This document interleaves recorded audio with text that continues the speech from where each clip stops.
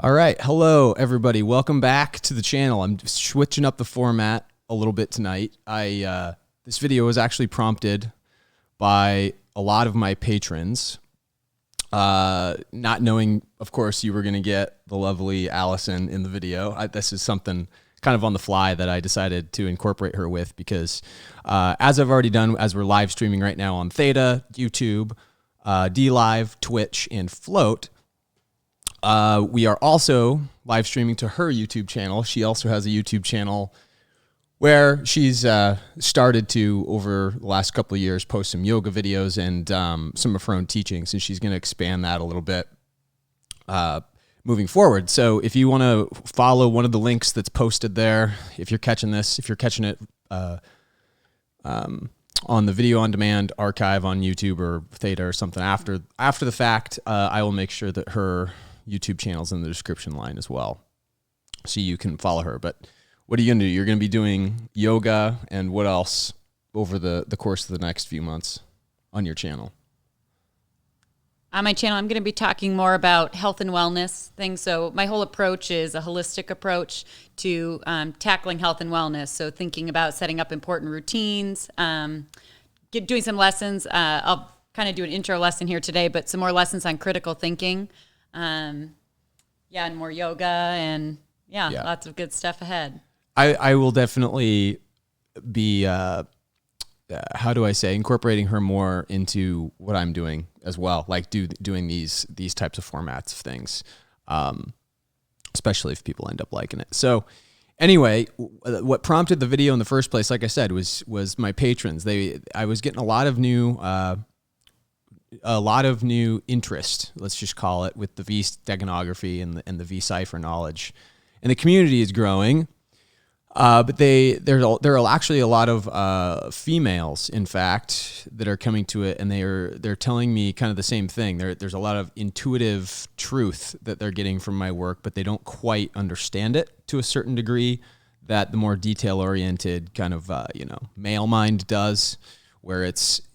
And so I brought in my counterpart who can hopefully, along the way with this, explain some of these concepts a little bit softer than I usually do, in a way that maybe makes more sense to the person that's just coming to my work and approaching it, because it's actually a lot more rooted in ancient metaphysics than most people realize, which of course I think you've learned with the V Steganography stuff thus far. But also there are starting points that I can recommend, and that's where the book recommendations later are going to come in, which people have been asking about as well with in regard to my work.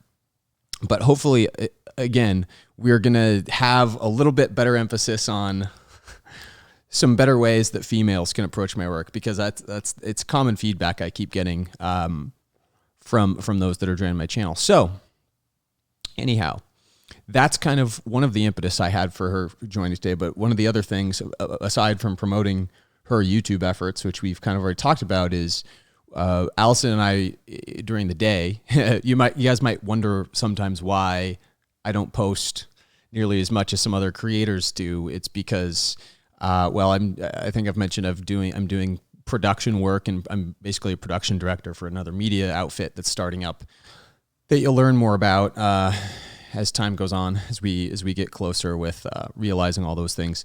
But we also, Allison and I, we mentor teens, which she kind of runs point. But we've created an organization together called Kiyotsugi, which maybe you can speak to a little bit, the concept on, and why we've created that, and then I'll share as to kind of why this is a good place for us to start, even with our discussion tonight. Yeah, so hi everyone, I'm Allison, and like Ben just shared, we're both working on an effort to create an organization. We've started, mentoring teens based on a couple of Japanese concepts. So Kiyotsugi is the program name that I came up with, and it's based off of the first Japanese concept is kintsugi. So kintsugi is actually the process of breaking, a lot of times, pottery, And when things fall apart, instead of throwing them away like we're used to here in our American culture, it's putting it back together, more whole and more beautiful than it was when it before it broke. And a lot of times they'll put it back together with gold. So with specks of gold, building back up. So that leads into the second Japanese concept that it's based off of, which is kiatsu. And kiatsu is unification of the mind, body, and spirit.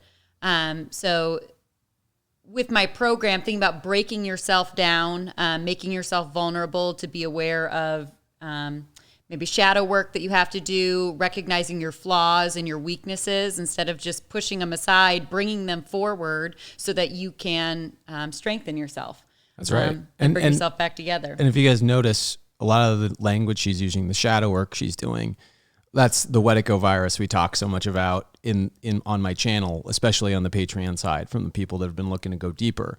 But so that's Carl Jung. That actually Carl Jung's concept is working with the shadow and doing shadow work. So that's where those terms are coming from. Which is, of course, what we've referenced as well when we've been talking about the Wetico-virus and the manifestation of it. But the Kintsugi bowl, the first concept in the Kiatsugi framework, as I'm showing you guys here on the screen, you can see the gold cracks that Allison's talked about filling in. I have talked about this concept a couple times on the channel before, but this is a good concept for V-Steganography and the Cipher and history and mystery, the current war, all the memes that we discuss on the Skullcap Savant channels, because it requires the framework of the mind to be broken and then built back better than it was. And that's what the gold signifies. It might not be as functional as a bowl, as an eating device anymore, but it's functional as a receiving device, almost for the intuition or the meditation that came with it, which is beautiful because that's because of the symbolism of what the cup and the goddess energy all represents. And of course, we're talking all about the Venus goddess energy that the Templars are attempting to bring out, all with the V-Steganography. No better representation of that actually than Allison. She's pretty good purveyor of what I might just refer to as the ancient ways that we're trying to bring back. So that's kind of what we're doing during the day. Is we have teenagers coming to our house. They're of course doing their regular schoolwork during the COVID period, but we're running a mentorship campaign or a crusade rather to get their critical thought awoken, and everything we're going to talk about tonight, about everything we discuss on the channel, it factors in here. So if you think this is unrelated, you'll see why it is all related and why I chose to bring Allison in. It's all about empowerment. Yeah. And we can all use some more empowerment and confidence and knowledge, to make ourselves the best version that we can be. So a lot of the concepts that I'm employing with the teens, it's readily available for everyone. Like everyone can always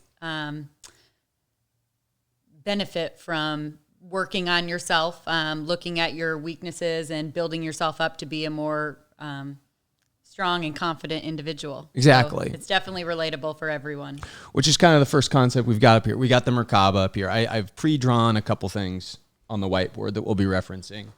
If you guys can see, you've got the pretty classical lambda, the green lambda, and the red V, which are the two steganography glyphs that I reference most often on the channel. And I got the 36 degrees demarcation down here. And then I've also drawn the Merkaba shape, where also tie these graphics together in relation to what we have also talked about so often, where the Merkaba shape is a resonant structure that matches that with the Earth, the 19.5 degree angles of the latitude lines. If you were to put this thing into a sphere, this is, by the way, where Hawaii is. That's why Hawaii is at 19.5. And we got somebody on Theta, new to Theta from YouTube. Love your content. Your work is incredible, important to keep up the hustle. Thanks. Thanks, Ghostly88. That's very good praise. Thank you. And please follow Allison's work. I put her link into the chat. Here, I'll give it to you again there on Theta. But she's going to be doing a lot more stuff related to some of that shadow work and the how to bring it out. She's going to be sharing in the future a lot of the methodology that we're talking about when we're going to be referencing these shapes throughout the night. And we're just going to see where this goes. Also at the top, as you can recall from some of the earlier work I've done, the Merkaba energy represents love, but the opposite of that is fear. And so I put the quote from Dune up there: "Fear is the mind killer," which is something to keep in mind with the new Dune movie coming out, and which is one of the books I'm going to reference tonight anyway. So it's just kind of a preamble to some of those topics. But let me bring up what I'm talking with you guys about here a little bit more succinctly, because there's a graphic actually that I haven't shown you that lends quite a bit more credence to a lot of these constructs. And I've uploaded these graphics, of course, to my Evernote server for people at least on my $15 Patreon tier.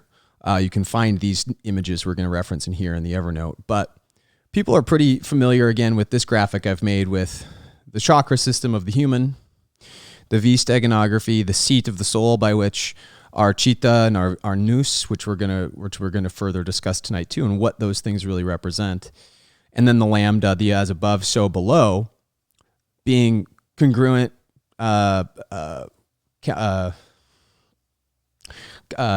conjugate. There we go. The word I was looking for. Congruent and conjugate in terms of geometry from each other, but only one of them, the materialistic one, is being tuned in to the human race right now. And largely our lambda is not locked in. And this is part of the concept we're going to talk about and why the V steganography matters, because it's the very spell by which the elite sorcerer guys up there are putting these spells into plain sight and controlling the heart frequency, the Merkaba, flipping it with the V, and turning us into a mind of fear rather than love.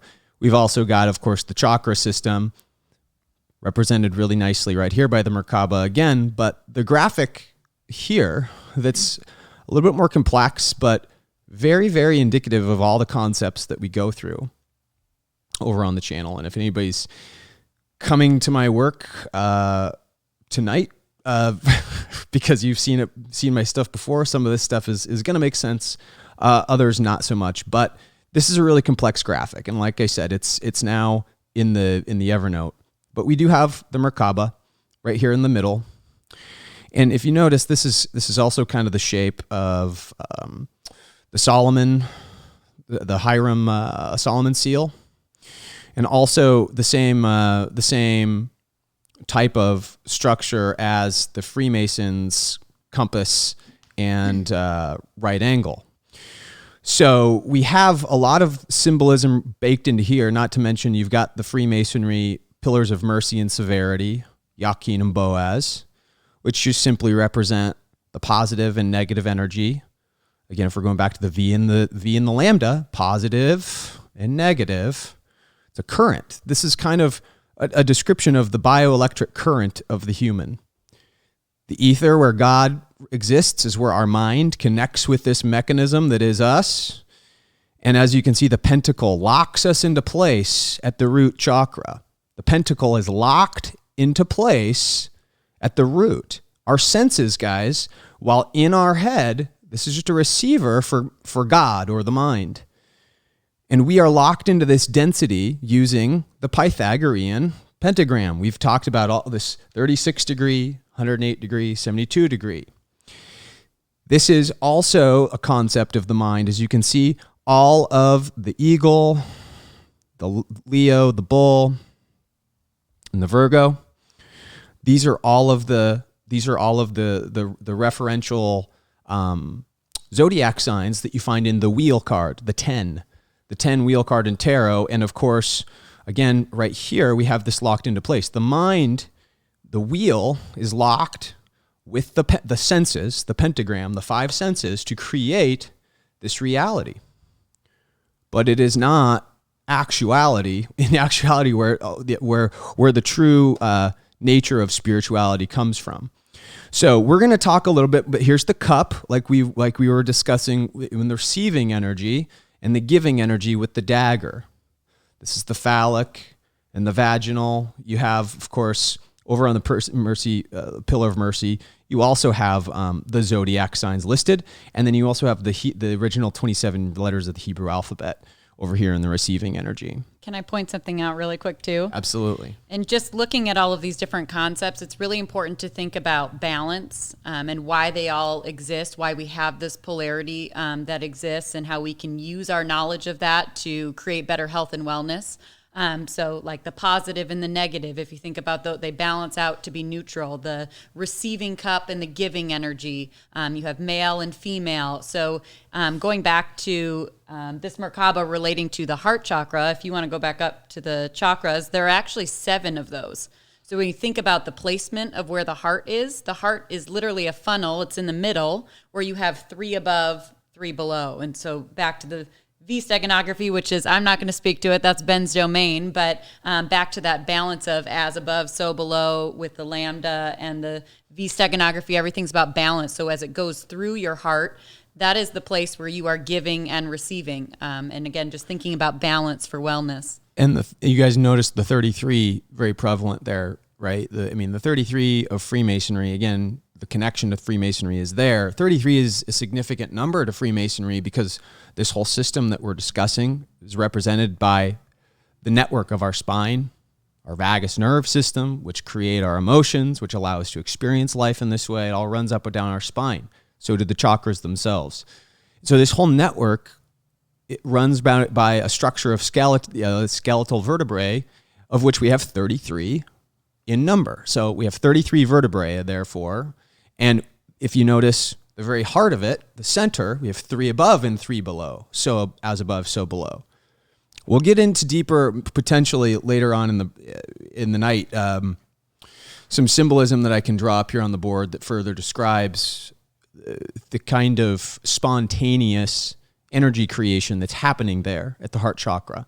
But it is ultimately up to us, because this is the case, whether or not we tune this thing to fear or to love. And that's kind of the challenge, because if you can realize that this is spontaneously you connected to the mind, you're receiving the intuition and integrating it down here, which broadcasts it like a torus through the rest of your body. I just wanted to say too, just to comment on that love piece and, coming from a place of love, it's just so important. And so many of us need to remember that today in our culture. But love is the antidote for fear. Love is the antidote for hate, for judgment, for jealousy, for shame. Love cures all. So when you think about truly resonating from that place of your heart, that love is going to conquer. And, specifically as Ben was talking about with the fear, to get rid of that mindset, to better receive the energy. Because again, back to the giving and receiving. Fear is the mind killer. Like on the graphic we just had up, the mind is what connects us with God. And if you're living in fear, it's killing that connection, is what that whole thing is about. And if you've read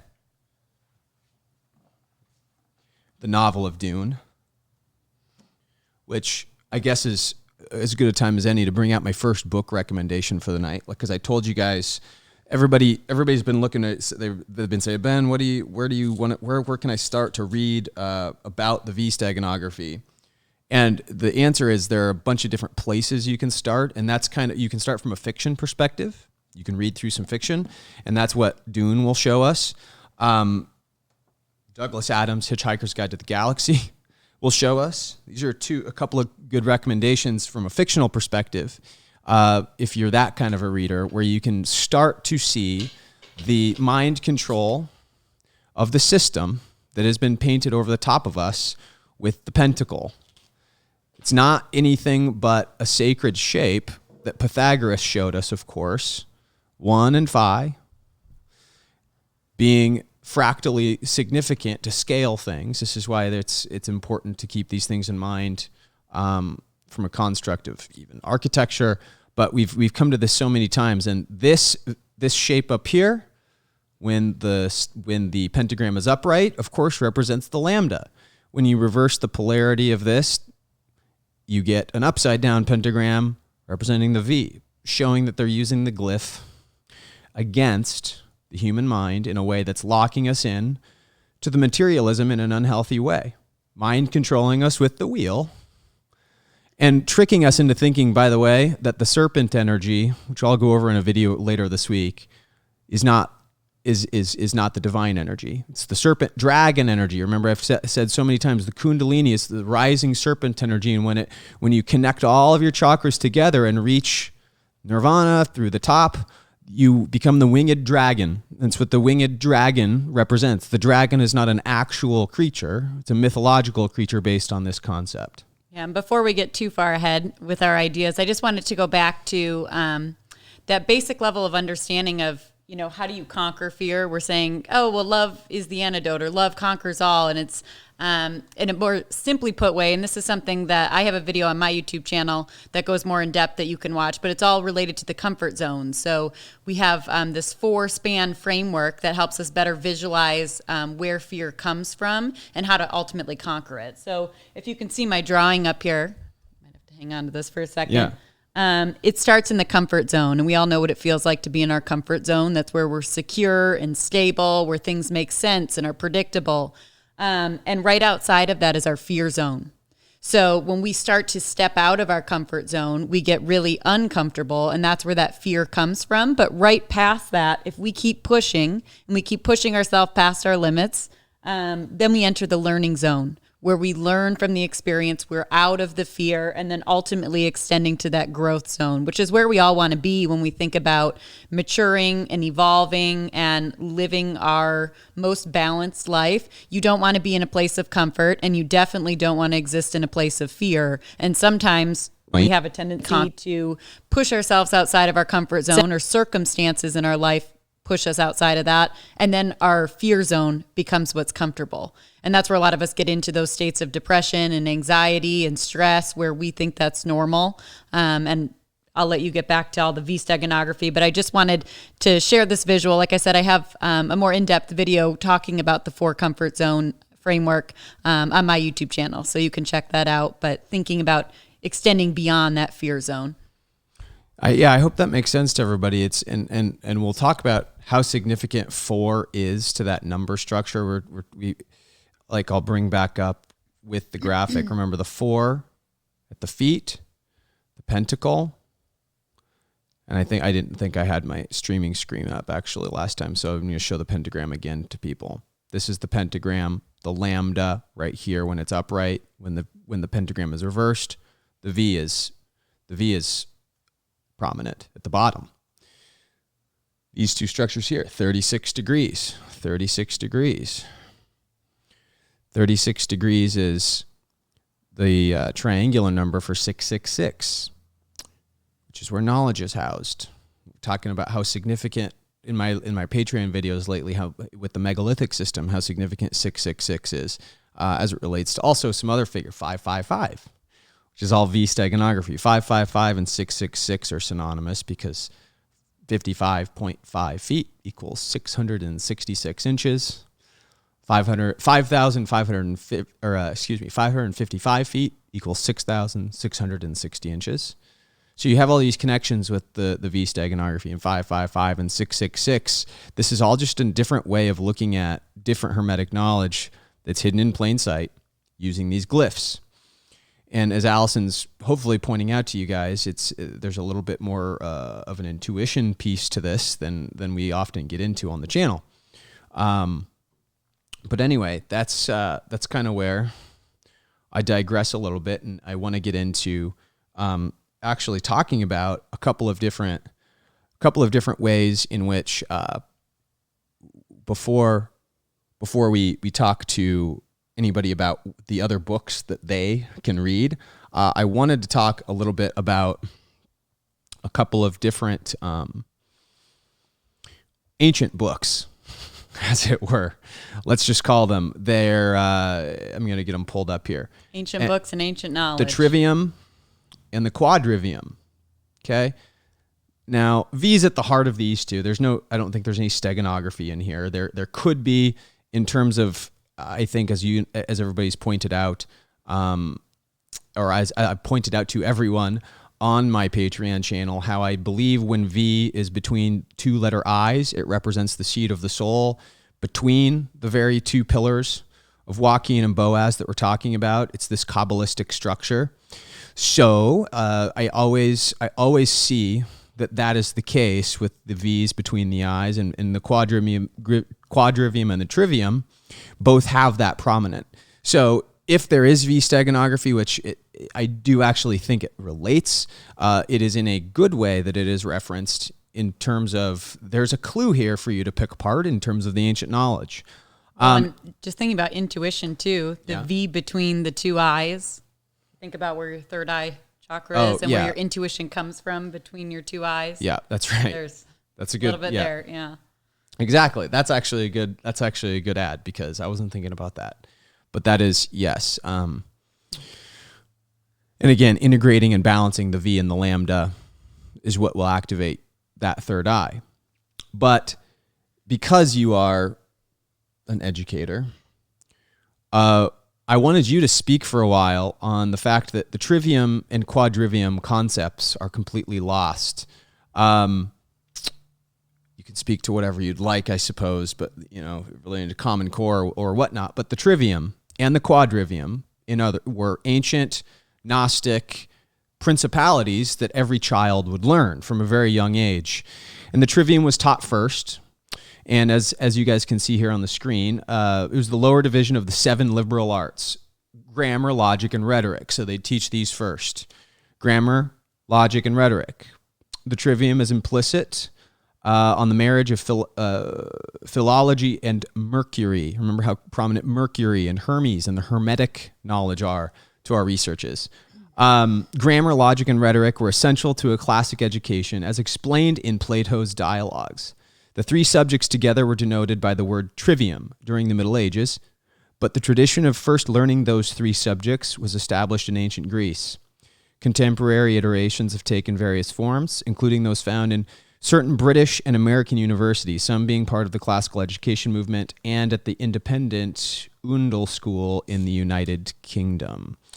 So that was what the trivium was. It was the first 3 subjects, completely semantically divorced from what we think those things are today. They thought they were getting taught logic, grammar, and rhetoric in respect to metaphysics in every single category.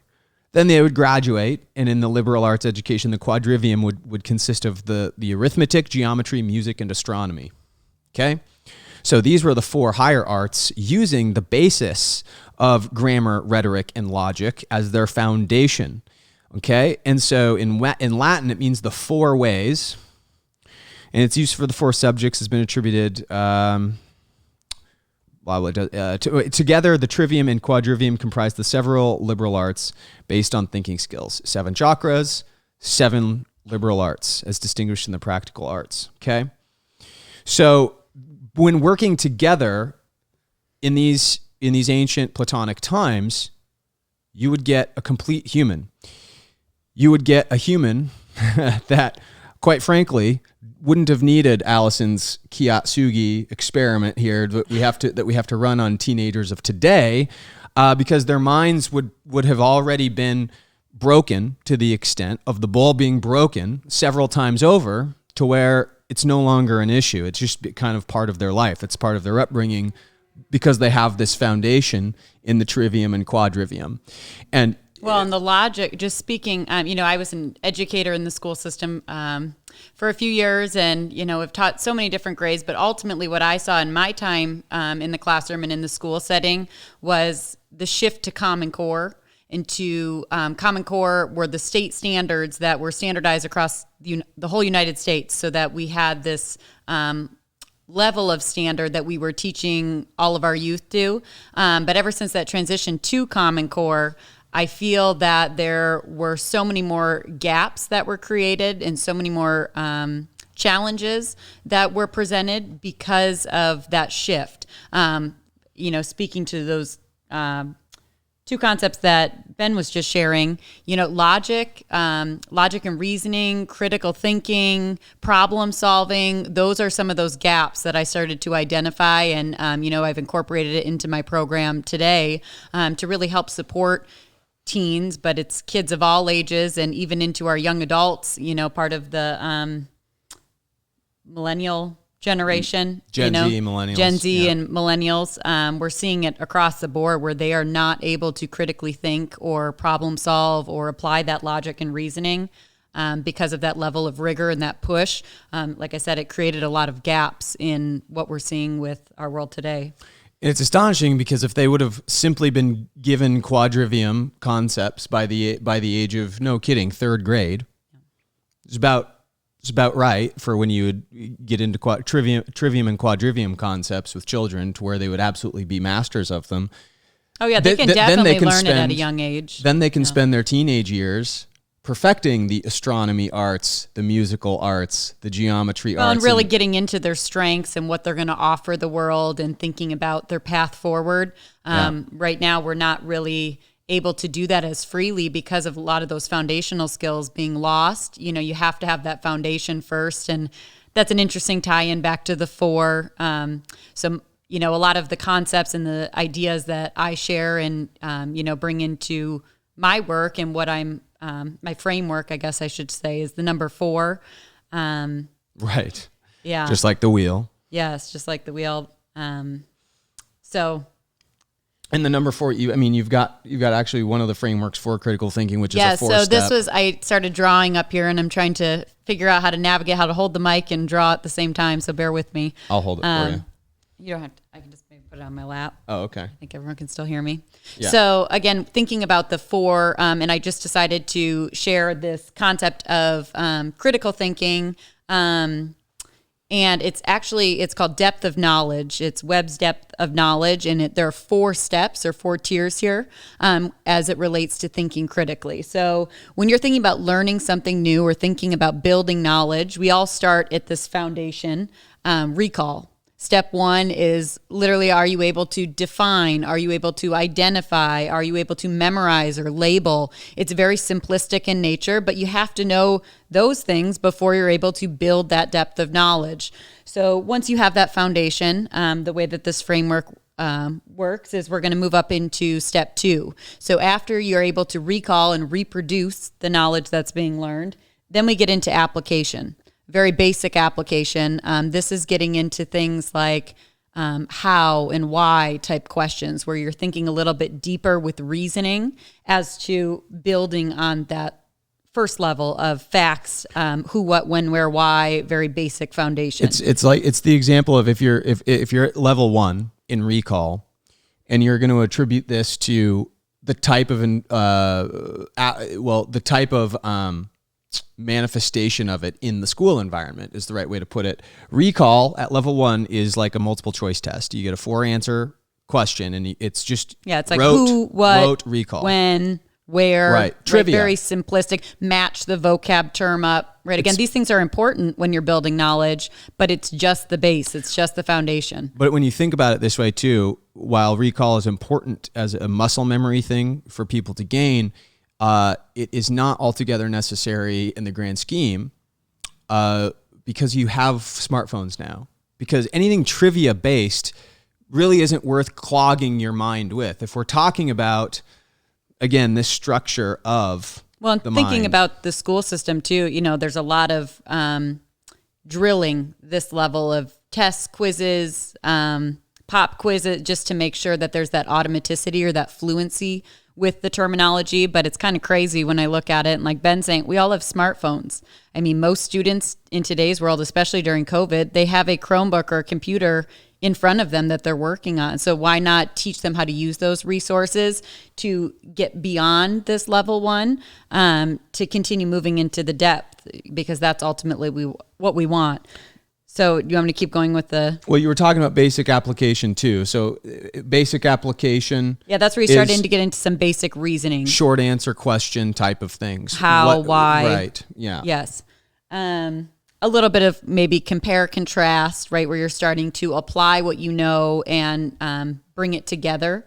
Then we keep going in our depth of knowledge. So we move up to step 3. Step 3 is strategic thinking.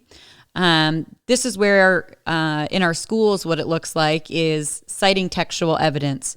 Not only are you able to recall and reproduce, you're able to apply, and then you're starting to gather more resources and more knowledge about that topic. So citing textual evidence, where you start to investigate topics, right? You're thinking a little bit deeper about what it is that you're learning before you get to that extended thinking. So the extended thinking is the ultimate. This is where we want to go with our depth of knowledge if you're learning something new. The extension of your thinking is where you're able to create, where you're able to design, where you're able to be innovative. So ultimately you're able to critically think. Which is also what we've talked about with, which is funny because we keep talking about this concept too, guys, is theta. The theta frequency of the brain is activated both with creativity and with hypnosis. And these are, again, the two concepts. I bring it back to the V and the lambda again. Creativity with the upright, hypnosis with the downright. So you have this stuff reflected in plain sight. There's a spell over the top of all of us. There's no mistaking why our youth are in a state of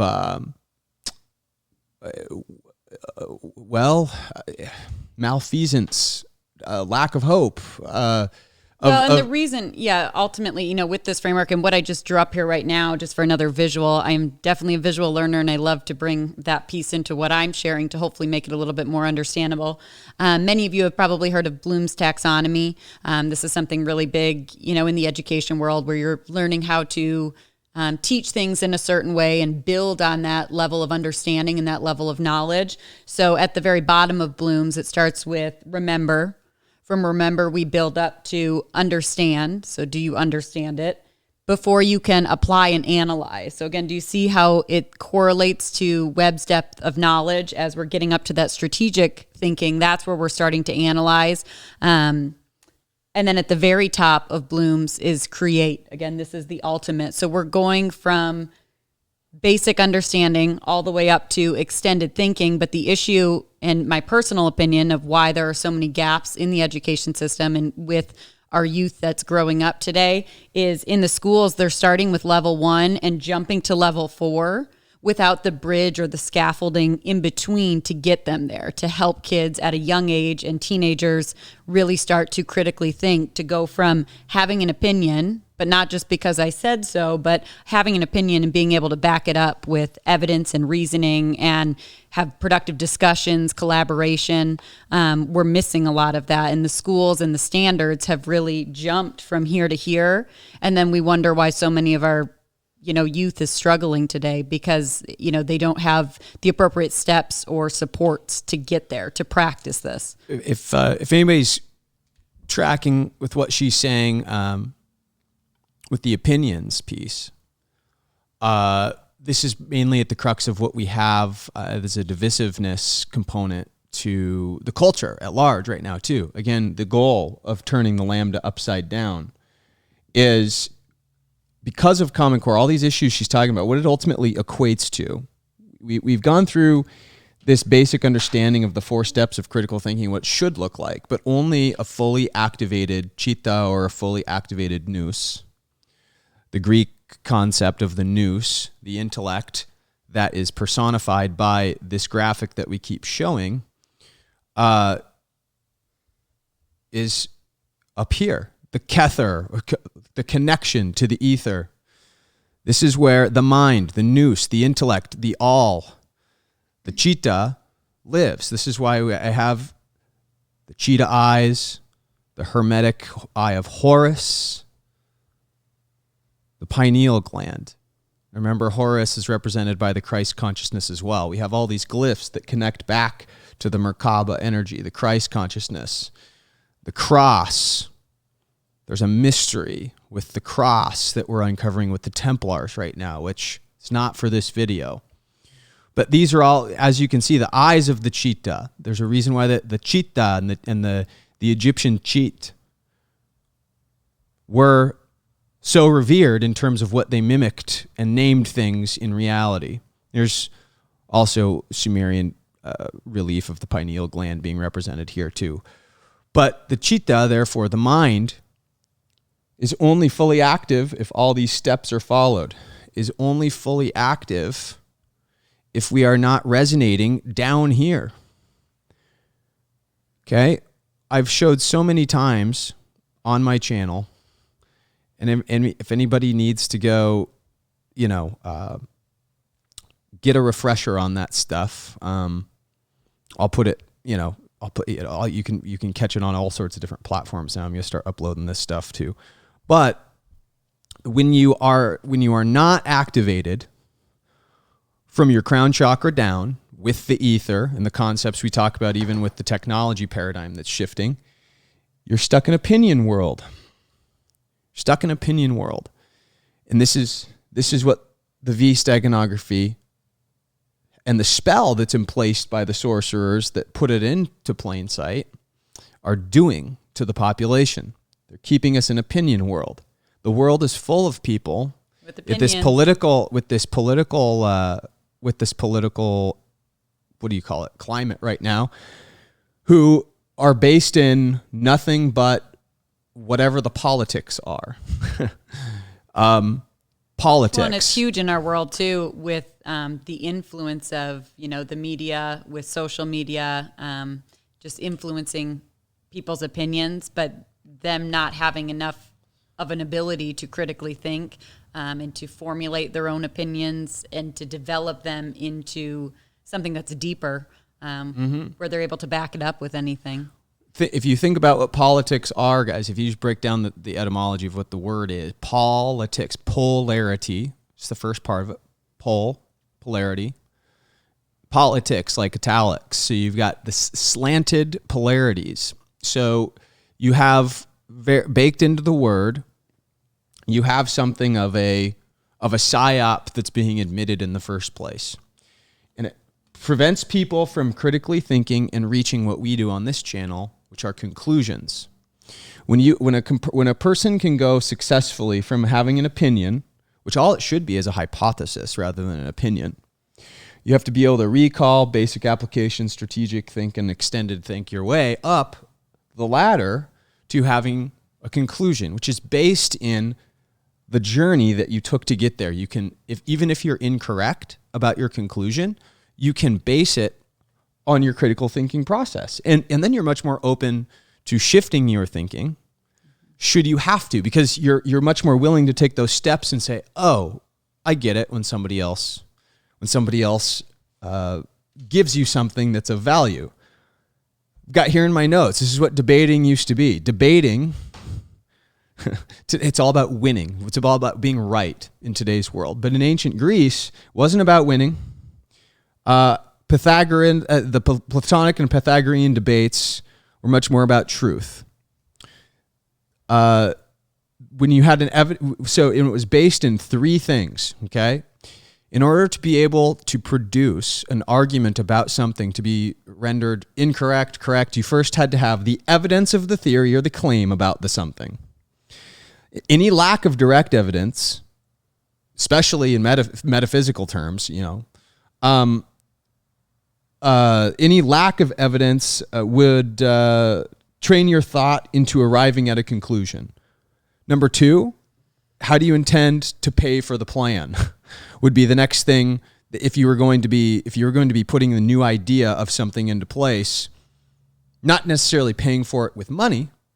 How do you intend to pay for it with labor? How do you intend to pay for it with engineering? How do you intend to pay for it with actually putting it from an idea into reality, is what that means. If you cannot connect those thoughts, you don't truly have an idea. It's not fully baked. You haven't gotten it through this yet.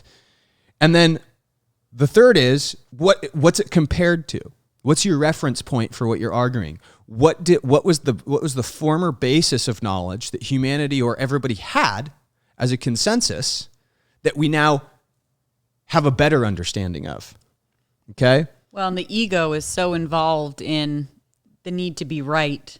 And the ego is a tricky thing because it's it's part of you, but it's part of that shadow side, and it can very easily dominate your actions and your perceptions and your beliefs. And it's the need to be right and the need to win instead of seeking higher truth or understanding, learning, being more open-minded.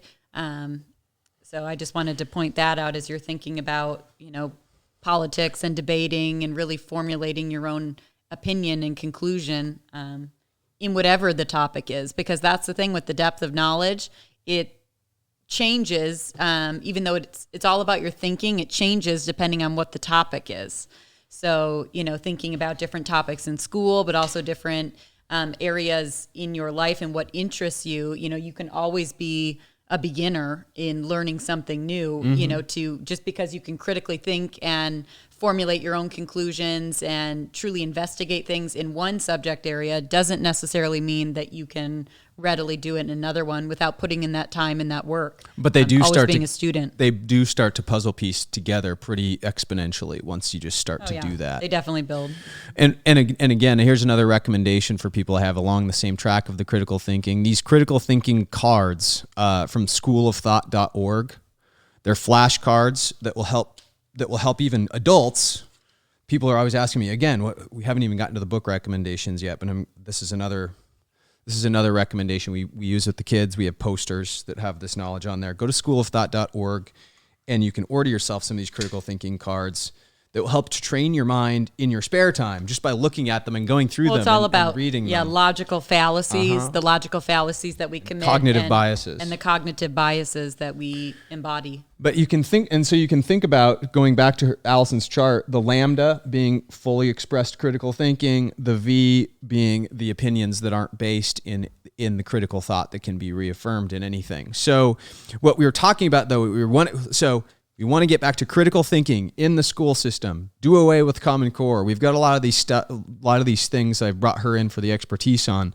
But what we're talking about now, guys, and because I'm going to transition to a video that we're going to share. It's a Ken Wheeler video. Has everything to do with what we're talking about with debating. If we're gonna move forward with this type of a world, resonate in the Merkaba and kill the fear that is the mind killer, which is the theme of what the V Steganography is. I hope you guys are seeing this. This is the kind of the whole message, the real baseline. Christ is the way message. Christ is the way in terms of the Merkaba. 7.83 hertz is the frequency of the earth. It is also the frequency of the Merkaba. No friggin' duh. We got to resonate with rooting ourselves in the earth. And so fall is a good time to learn about all this stuff, which is why we're doing it. But debating, getting critical thought, talking about concepts like this out in the open so we can create discussions on our various channels and things are baby steps toward getting this debate world back. But we also, I set a term at the end of that, which was purposeful, and that was consensus. There does end up being consensus of the senses. Remember the senses, the five senses. In order to make sense of this world, we have to lock certain rules of thumb into place that may only be truths to us for specific periods of time before our knowledge advances. But too much consensus can bog us down, and that's what the world has got us into, and that's what the V argues for too. Is there's too much consensus in the world. So I'm going to briefly put this over on a Ken Wheeler video. He's going to tell us about why consensus has a tendency to drive us to ignorance. Here it goes, and I'll render some thoughts along the way.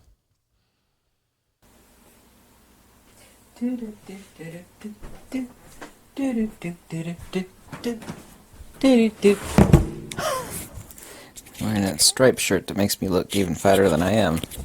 Oh well, who cares? Can't polish a turd, right? They say.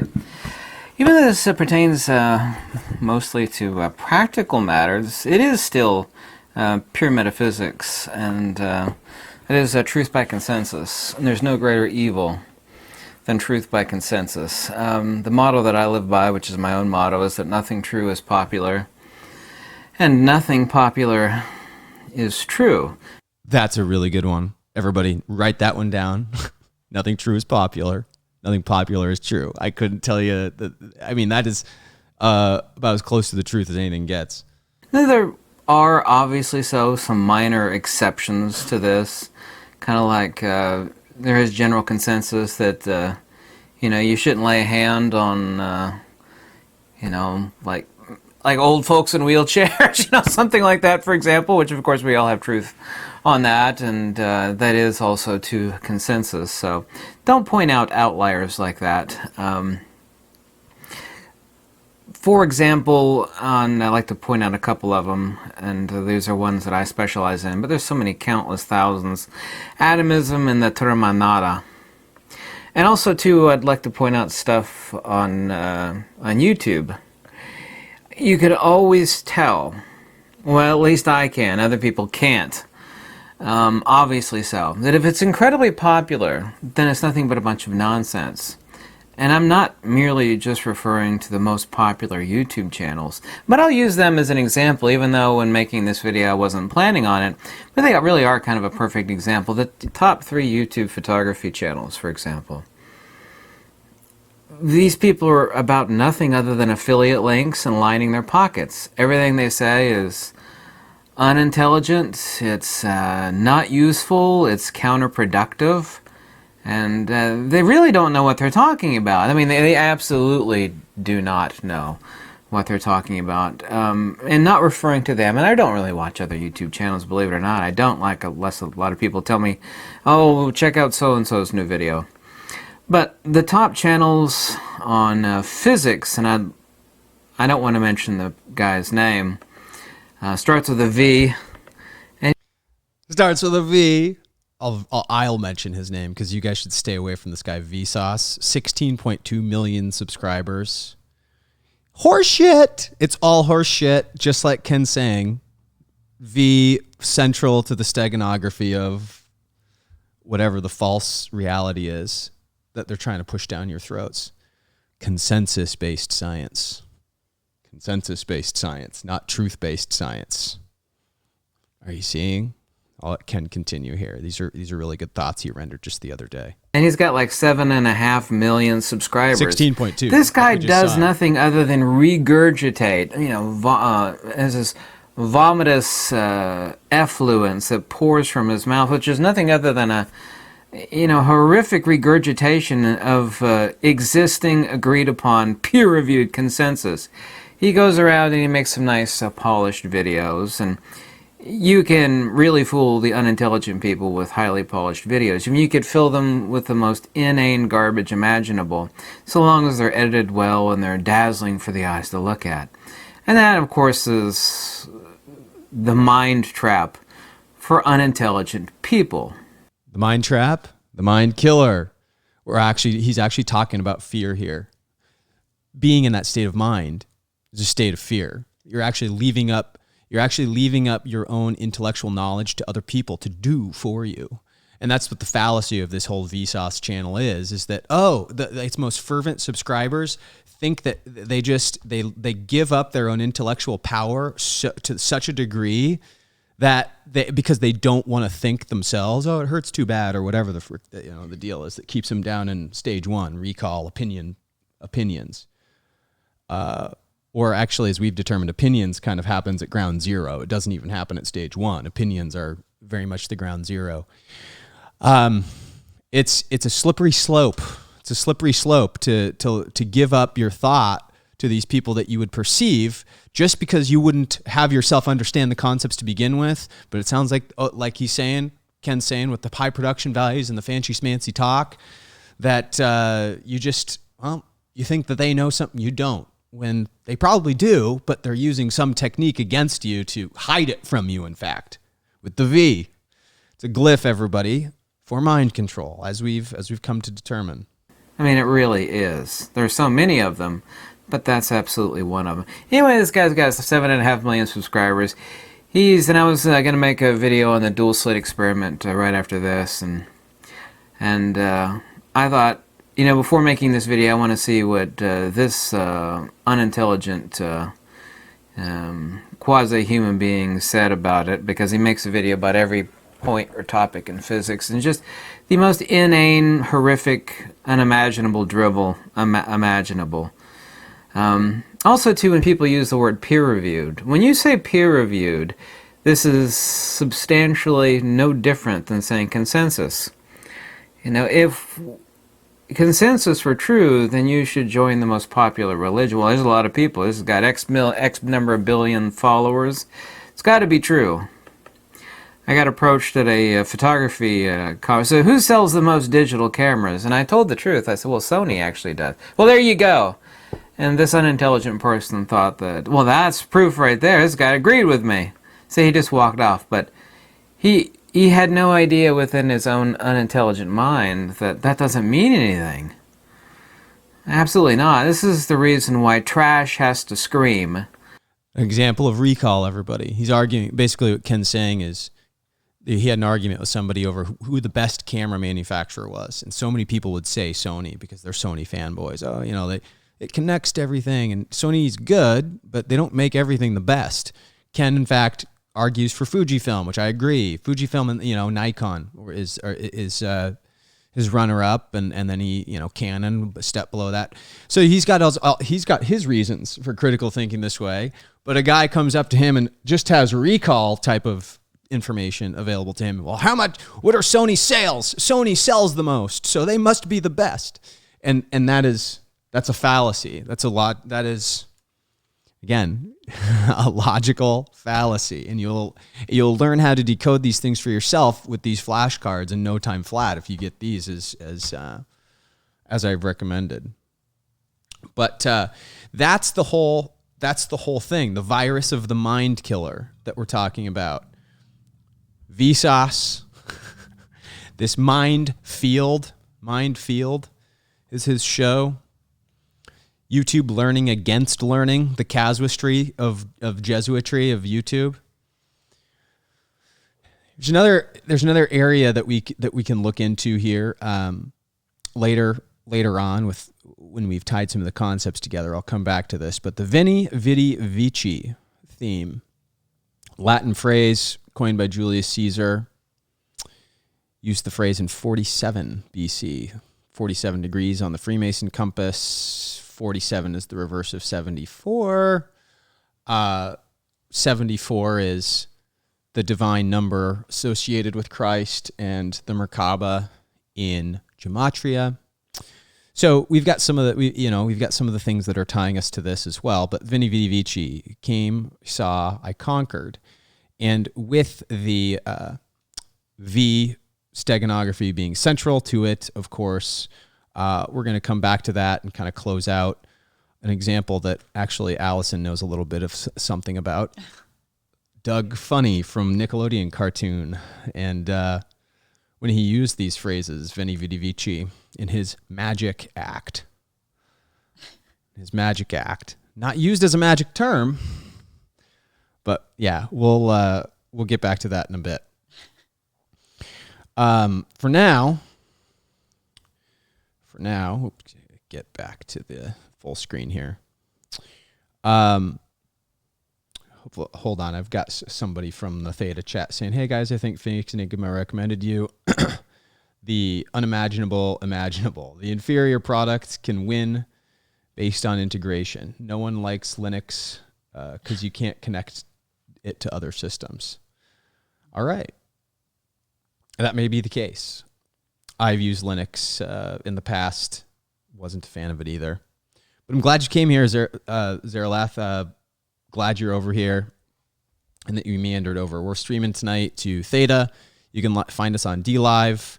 We're streaming to Allison's YouTube channel and my YouTube channel congruently.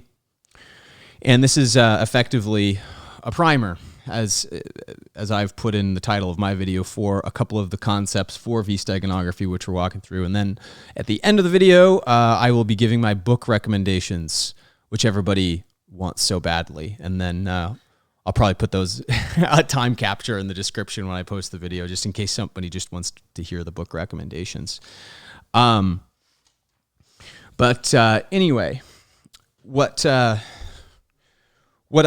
intend to discuss in terms of a couple of these concepts of the five, and in some ways to give some people some more tools, to get out of the V Steganography. It's funny that Lao Tzu has some philosophies of which are fivefold to help us see through this as well.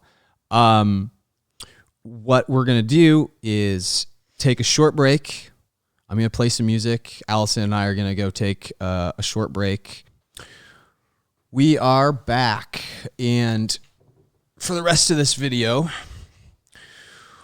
we're going to be talking about, as before the break I had alluded to, we're going to talk about a couple of different strategies you can employ to get these things, these concepts rather, that we are discussing more familiar with your body or your mind, your soul, your spirit, or same thing there. Your mind is so emotional powerful, body. Your mental clarity and your overall mental health and emotional health, that contributes to your ability to be able to learn and to build that depth of knowledge and critically think. And as Nikola Tesla famously said, you can think deeply, but not think clearly. The lambda is thinking clearly. The V is thinking deeply. He was saying this about Einstein, about his ability to think deeply, but not clearly. Ken Wheeler, who we just listened to, in fact, has a really good term for Einstein and the like, the atomists, about the atomic, way of thinking about science. He also, he calls, Tesla actually called them the fuzzy-haired crackpot. But the technocrats, the materialists, the atomists, these guys are all the same. They have this backwards thinking. They're mathematicians, not scientists. If they were scientists, they would have the trivium and quadrivium principles baked into them. Clearly, they do not have these. So without going too far away from everything we've got up here, it's getting a little bit busy. So can you erase this? yes. So everybody, before she does, remember, the Merkaba, the concept of this is the goal by which, by resonating with an upright lambda type mindset, your Merkaba, the heart chakra, is awakened. This is the process by which Jesus talked about. This is the Christ consciousness. This is what this is what I'm a purveyor of in terms of the actual things that have been lost in humanity. Yes. Couple of concepts to drive these things home is what we're going to go over before we get to the book recommendations. Because Christ is the thing that Jesus taught. It's the thing that we need to understand in order to totally comprehend the V Steganography. And the doctrine of the church always gets who and what Jesus was backwards because of the V Hierophant card that we find in tarot. We were talking about the wheel tarot earlier with the metaphysical man, but the V itself is the doctrine that religion puts over the top of people and veils their eyes. So we've got an ancient fivefold path to awakening that will lead us up. That's in a different way. Allison is very boldly and accurately pointed at the critical thinking path, the 4 steps that people are not taking in terms of academia and how we need to write the Common Core framework of today. But what I'm going to write up here is more core to the human experience, to activating this whole structure that we've been looking at all night. Locking it into place, the metaphysical man. Okay, and how do we achieve these things in a manner of thinking? It's a very complex diagram that I understand, but it's very complex. There's a lot going on here. So instead of pointing at this as a diagram of sorts, again, here it is for you to see. It's quite complex, right? What I'm going to show is a teaching of Tao, which is truly what Jesus was a Taoist, going to the East and learning the true nature of Buddhism, Taoism, how these things were congruent with each other, learning about the Chitta, learning about the Nous, We're going to listen to another video by Ken Wheeler after I explain these topics here.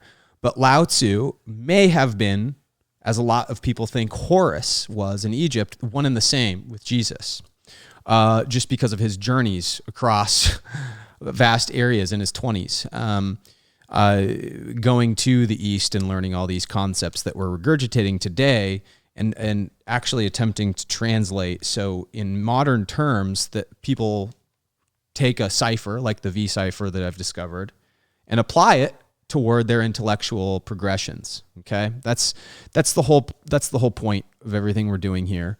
And so the fivefold path that was laid out, that's a much easier diagram to understand than this metaphysical man, is related to something Lao Tzu labeled as the individual bonds or the five virtues. There's V Steganography, right? So the five virtues. And so this is 5 and V, pretty central to this, but as you'll see if you even look this up, these are Lao Tzu's principles of freeing the mind. Number 1 is compassion. Without compassion, we cannot have reference points for where we're headed, because compassion truly is to reflect on that template of the human experience and to create something of a framework. That just like science, if you're not creating a hypothesis for what you think the experiment is going to yield, then you're not going to have a very good experiment. So in the grand experiment of life, as we're coursing through this, if you're not attempting to have a hypothesis, a reference point for what the experience might be based on what others may or may not have experienced and that have been influenced with you in your past, you can't have a framework. Not to mention, compassion just is part of the golden rule. Do unto others as you would do unto them, right? Number 2, the second part of that golden rule is equality. And equality just simply means balance. So the classical yin and yang symbolism here.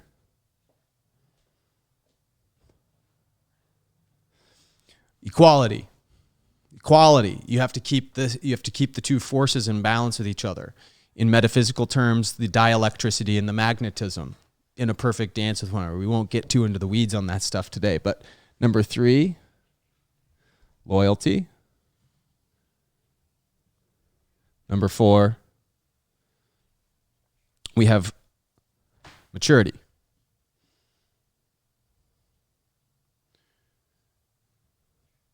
Okay, so loyalty itself is what they call the integrity path through the way. The way. And the way is actually what Taoism is based upon. And the way is exemplified by a Merkaba. Because the way is to resonate in the love, in the heart chakra, in the love frequency, by activating your mind, by aligning it with the lambda. Hi, Voids. Just recognize you joined over on Theta. Good to have you. So the way is, in the Gnostic Christian sense, the same as the Taoist sense. These are the cross references that you can verifiably prove that Jesus was a Taoist, and that the principles he was putting into parable in the Middle East were only reduced from the concepts that he learned in the Far East. Okay, because I am kind of the mind that Lao Tzu very well could have been Jesus. The teachings came about at approximately this same time. It's very interesting. So maturity creates authority.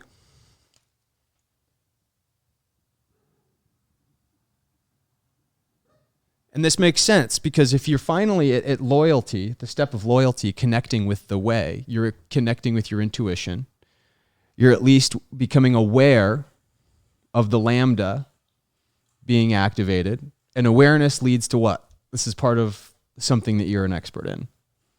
Oh, and so I was waiting for that. So again, the 4, everything with my framework is always a 4. So when you start with that awareness, then you move into acceptance. Acceptance is by far one of the things I think that we struggle with the most in humanity with teens and adults, is coming to that place of acceptance, because there are actually a lot of emotions that get involved before you reach that place of acceptance. Things like, grief, anger, denial. We have all of, like I said, these emotions before we arrive at that place of acceptance, but that is the path. That is the middle way, is, as quickly as you can getting to that place of acceptance, because from there, then you can adjust. So when you can adjust, you can make changes. You're using what you know and what you've learned and that wisdom and knowledge to advance ultimately. So that's the 4 A's. I'll go ahead and write those up here. So she's got awareness, acceptance, adjustment, advancement. And the reason I insert that is in order to get from loyalty to maturity in this framework, these are actually the things that you have to do as an individual. So this is kind of a progression in a manner of speaking. There isn't a through line to this. You can do these truly in any order, but to bridge that gap is what you need to in order to gain authority. You can't start truly with maturity, if that makes sense. What comes from integrating, and what's interesting about the 5 virtues is they themselves, just like the ether is the 5th element that something else binds together everybody. There are 4 elements: the fire, the earth, the wind, and the water. But the 5th that binds them all together and makes them operate, the thing that turns the wheel, is the ether. And in this way, that's the enigmatic 5 that comes from the 4. And so that's interesting, right? That you have, before you can reach the 5th, you have to integrate the 4, because the 5th is honor.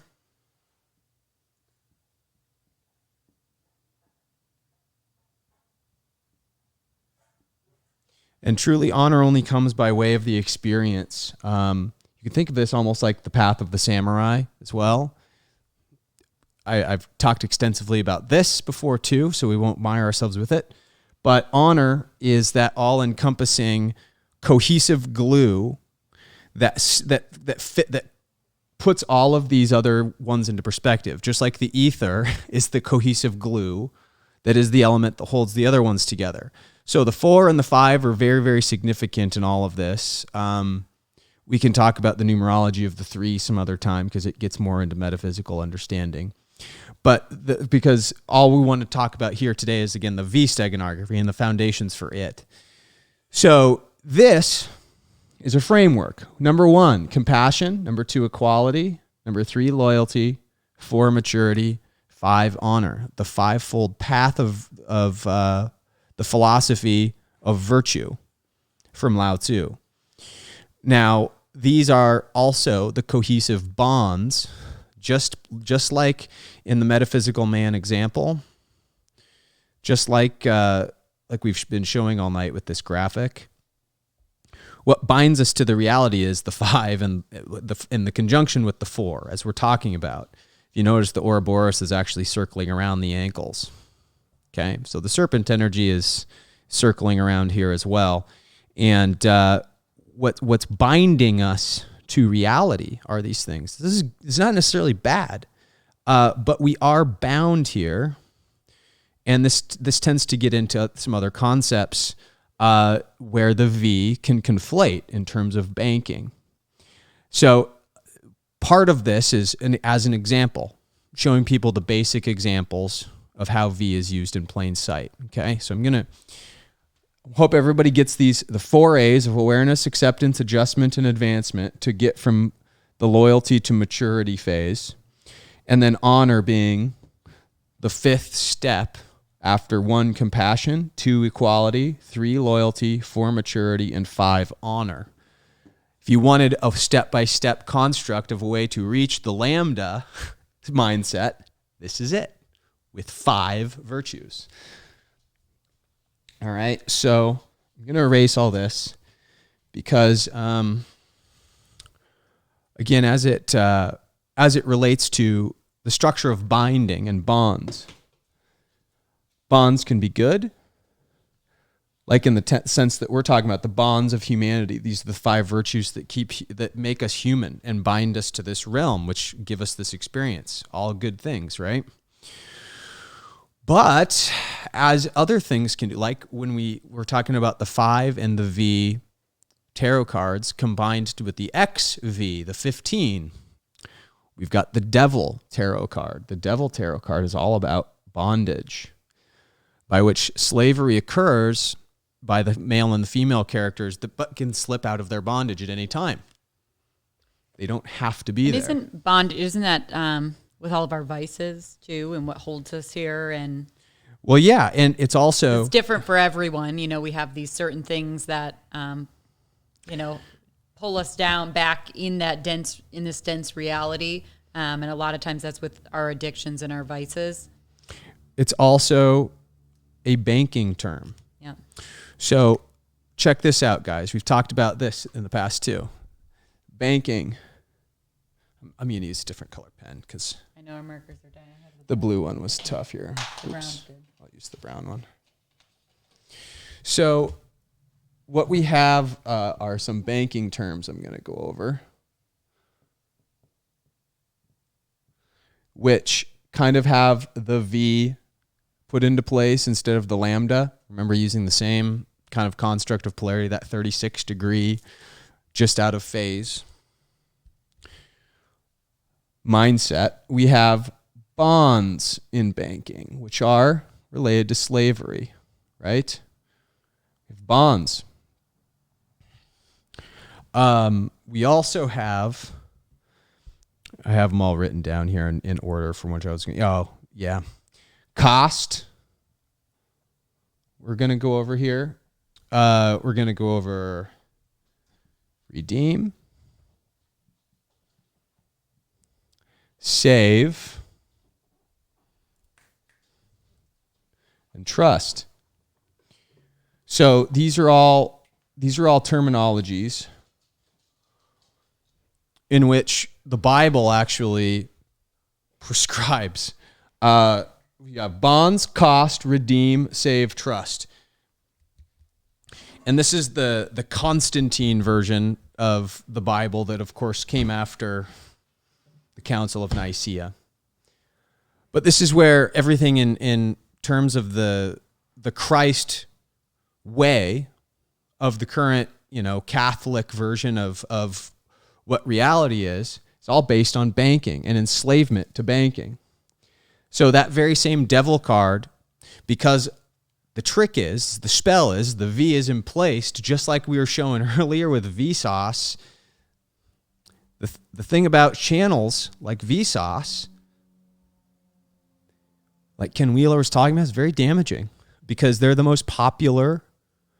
They're the most popular channels. They've got the highest production value. They know how to throw money around. They've got backing by somebody.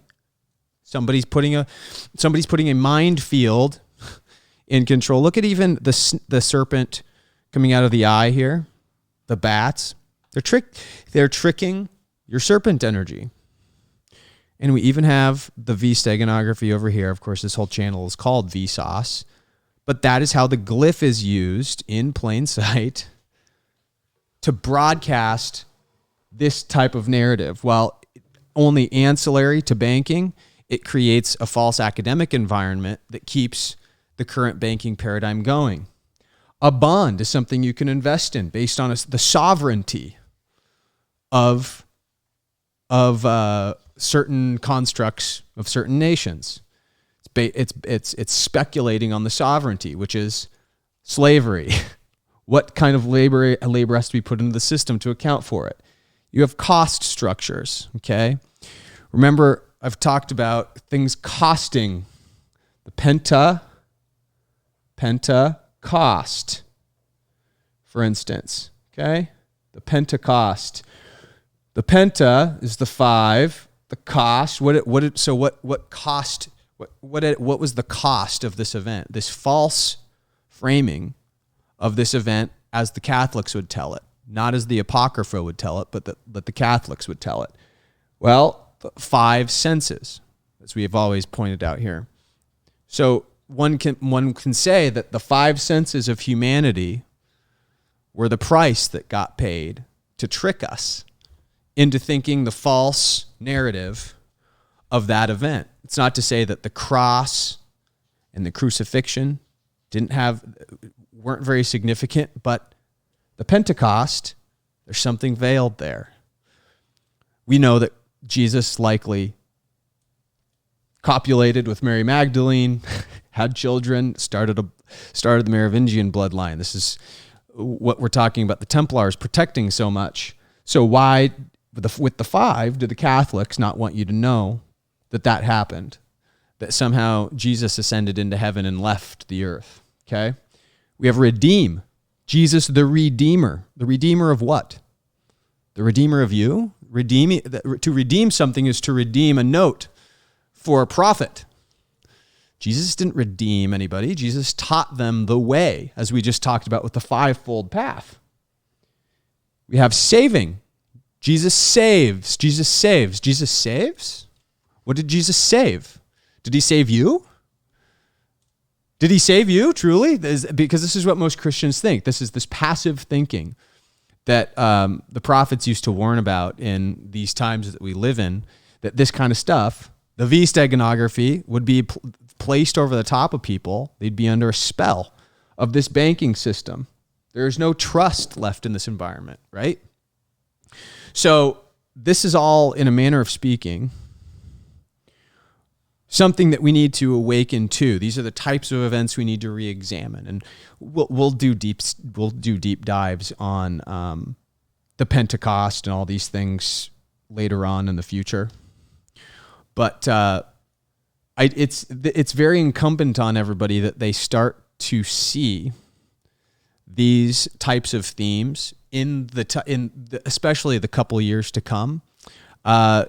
Because it means everything for balancing us out and finding out the truth. So what say you? Is anything that I've just digested, especially as it relates to the children and what you see?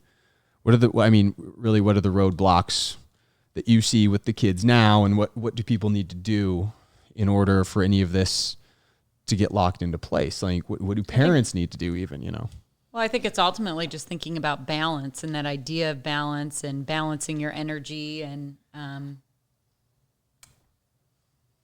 I had to let the dog out. That's why I left for part of the banking here. But you want me specifically? All we're talking about is slavery as a system. The V is the spell that's cast on everybody. It's how we can recognize the spell. But what else besides just recognizing the V can people do? Like, what is incumbent on parents to take action with to help break the bonds of a banking system, break the bonds of an academic system that's lied to us. And of course we're gonna see another Ken Wheeler video here too, after this about the mind itself. But I want you to tie together those concepts for people because you're the expert. It's ultimately going back to that idea of critical thinking and allowing your children to fail, allowing them to learn from their mistakes, allowing them to navigate their own lives and to problem solve. I feel like as a society, we're so quick to jump in and make things easier. But I feel like in doing that, we're taking away a lot of those opportunities for learning and for growth and for ultimately evolution for humanity. So,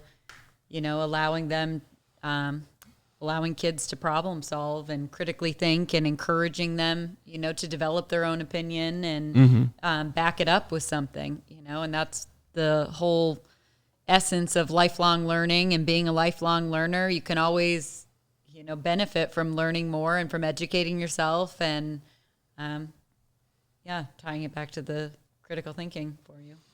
So look at, hold on, I have her page pulled up here. If you guys go to kiyotsugi.com, you guys can find her Allison's stuff. She's of course going to be over on her YouTube channel, Allison Anchor, which is right here. Allison Anchor. Subscribe to her over there as well. You can see. Oh, we got two people. Looks like I got one. Got two people watching over there. Because she's going to be talking and expanding a lot more on these types of concepts as it relates to the family unit, how it can be, how the false energies can be corrected for within the family unit, rather, I think is what I'm trying to say. Healthy implements from a wellness perspective with diet, with supplements. She has a 4 bodies framework with the whole when you're thinking about model. health and balance, ultimately, I keep saying ultimately, what I bring it down to is thinking about ways that you can enhance and improve all 4 areas of health. So number 1 is probably the most obvious, your physical health. Those are things like getting enough sleep, drinking enough water, exercising regularly, eating healthy. That's all related to your physical health, but that's just one dimension of health. So the next important area of health to think about is mental health. Mental health is so important in today's world when we're thinking about all these people, myself included, that fall into these categories of feeling anxious or depressed, or, we have to really balance our mental health, our emotional health. Right? How do you use emotions as a tool, but not allow yourself to fall into the victim mentality and saying, poor me, or always feeling angry or sad. You can't get stuck in your emotions. You're meant to use them as a tool to learn, again, to build that knowledge and to grow.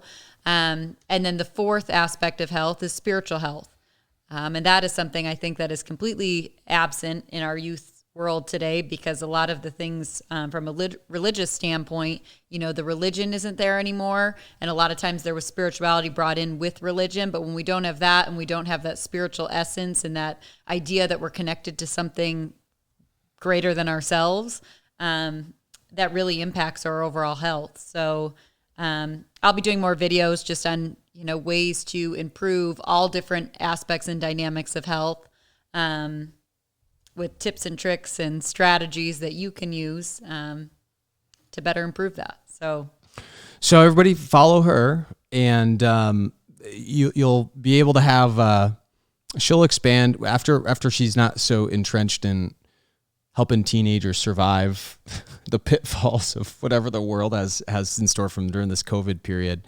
Yeah, trying to plan homecoming during the week of elections. It's quite a challenge. We're doing in the like a whole households homecoming thing for the teens that we work with. Crazy energies out there in the world this week. So, but the best thing you can follow her for will be her yoga. She'll start doing yoga too, because yoga is so important for physical and mental and spiritual health. That's right. I guess emotional too. It's just balancing it all out. I love yoga. I love sharing yoga to really help people, better their lives, empower them. But truly, again, the perfect segue into kind of our last thing we're going to discuss before I give those book recommendations and we log off here. But I've been saying we're going to talk about Ken Wheeler integrating what the chitta and the noose are, which ultimately is what yoga work is. People misrepresent that it's more of a physical exercise, but the physical is actually just kind of an added benefit. You to the mental. Locks the mental into place. Balances the emotional and spiritual, but the physical, the asanas are just one. That's right. Aspect of it, and it's actually the very basic apps. If you bring it back to that depth of knowledge, the asanas and the postures that you're going through, that's that level 1 of depth of knowledge of what yoga truly has to offer you and to offer the collective if we can all work on improving ourselves. So I do a lot of yoga on there. But this is actually part of what's backwards. The V mindset that people have about yoga is that it's rooted in materium and not in the mind. And that's the backwards thinking. And this is the shame that I see with most people, because it's all about vanity. There's another and V what you word. Look like. Yeah. And it's not. It's really not. It's about your own experience. It's about developing that humility and that giving yourself that grace and that love to work through wherever you're at that day. So I just want to clear up that common misconception that you have to be super flexible. You have to be able to do the splits to do yoga. And yoga is just all about the breath. It's all about strengthening that mind-body connection. Well, reaching the higher state of mind by way of the breath. Yeah, through that mind-body connection and strengthening that. On the mind. So. And part of the problem that is got this all confused too is just the way by which the West learned about yoga. And that's what Ken's going to talk about here before we shift gears. I'll pull this video up because it gives perhaps the viewer, you guys, a better understanding of what the chitta or the noose is than I've explained. I've explained it several different ways on the channel before, but maybe his point of view of it will show you what I mean. And then also he's going to give a little bit of a history lesson here as to why things are so confusing in the West as it relates to this and why we can't quite understand this concept to wrest control back of it. What the original teaches. Completely 100% contradictory. And that, again, is why all early Buddhist iconography never, ever, ever, ever depicts.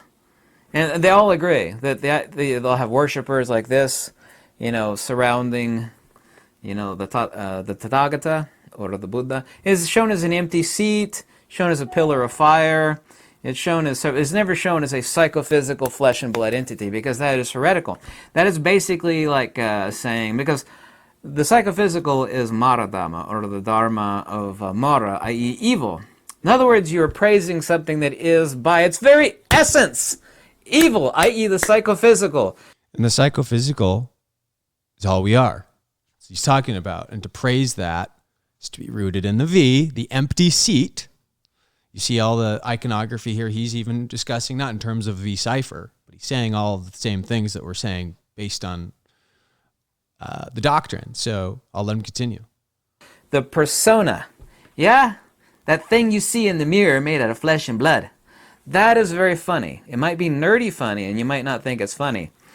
But all those Buddha statues are not the term Buddha by definition in any way, shape, or form. They are not. And that is heretical from the perspective of original Buddhist doctrine. Original. Yeah. Anyway, getting back to suffering. Buddhism, nowhere within doctrine, teaches an end to physical suffering. It's not my opinion. It's a fact. This is really key. The Western form of Buddhism, how many times have you heard, even when we go up to Sedona and stuff? Oh, the end of suffering, nirvanas. You have to go through suffering to end suffering. All these types of things. This isn't a discipline of the mind. No, you can only get through there through your discipline and your works and your wisdom. And it's a very key distinction that we need to make, because suffering is passive. It hurts, but it's passive. It doesn't require any work. It doesn't require any action. And this is actually what requires acceptance. I mean, it requires complacence is what it requires. And so this is the trick. And again, what people get mired in the physical, the psychophysical, as Ken's talking about, the V, not the lambda, which is the above instead of the below. Gautama's last hours in any translation, is physical pain, suffering, bent over, retching, and that was from eating sukarmadava, as a Pali term for what he ate that poisoned him. Sukarmadava. Su being pressings or squeezings doesn't mean pig flesh. Okay, yeah, I'll translate it as they translate it as sukarmadava, but it doesn't say that. It's su, the juice of the madava plant, the karamadava plant. Excuse me, su. And then karamadava. Karamadava is this orange-looking fruit that grows on a bush in India. It's poisonous. It has a milky excretion. It's wickedly poisonous. So that's actually what he died from eating. Yeah. Bent over and suffering. Buddhism nowhere teaches the end. Fascinatingly enough, all of this, of course, is one of the reasons why Dr. Anandi Kichish Kumaraswamy, a guy whose son I knew, and granted me the works to all of his father's writings. He was on the stamp of India. He famously said, and he was 100% accurate, Buddhism today is most famous for everything it originally never taught. Oh, wise words. Wiser words have never, ever been said. If you type in Anatta or Anatman in a Google search or Bing search, it says, Anatta means no soul, and Buddhism is different than Hinduism because Buddhism teaches that there is no soul. Literally, you'll find 100,000 websites to say this, and it is not only illogical, nonsensical, it is non-doctrinal. I know all 576 occurrences of the Tormanada. There is nobody on this earth, whether you think that's egotistical or not, that knows more about that term than I do. Its context, its usage, I know every single, all 576 of them. I do. Nowhere does Buddhism teach that there is no soul. Absolutely nowhere. It teaches this is not the soul, that is not the soul. This is via negativa. This is apophaticism. This is neti, not this. This is not the soul, that is not the soul. Neti, meaning not this, not that. Buddhism, nowhere in doctrine, absolutely nowhere, it teaches that there is no. It says the soul is the light, the dipa, the only refuge. Attaka so saranam gatika. Atasarana ananna. Why am I? We don't need to know all the terms in the Sanskrit, but you guys get the point. By the manner by which even he says that you overcome this is by activating the chitta or the nous, which again I will visualize for you in the metaphysical man image we've been referencing all night. I'll reference this much in the future. Up here, the mind, the nous, the chitta, activates in the pineal gland. Okay, this is what all this symbolism represents. This is why the label of what this is, because it represents and matches up with the Eye of Horus, which is the pineal gland. You see why labels are simply representations of the inspiration by which they were derived, which ultimately is the factor of creativity, which we create through this pentagonal structure, alchemy. That's all this is, guys. This is alchemy. This is philosopher's stone. We are philosopher's stones, every single one of us. We were created through a process of alchemy, I think, by the gods, DNA manipulation, and we were turned into actual philosopher's stones. I think, of course, this is what the Full Metal Alchemist series that I decoded on my Patreon channel went through. But that's it. The nous, the chitta. That is what the V Steganography is all about, activating. And so, as promised, I'm going to go through some books that in the time capture, people can just fast forward through if this is the only thing they're going to get out of the video. But there are a lot of different ways, fiction is what we started with, by which to approach the V Steganography. Douglas Adams' Hitchhiker's Guide to the Galaxy. And what's that? Do you want me to hold Oh, maybe put them down over next to you after I'm done. And Frank Herbert's Dune. Dune is coming out later this year, by which we're going to do some decodes on that pretty heavily because of the concepts. Of course, that we were talking about earlier. Fear is the mind killer. Fear is the mind killer. It will kill the nous. So beyond that, the other works of fiction that I do also recommend to people.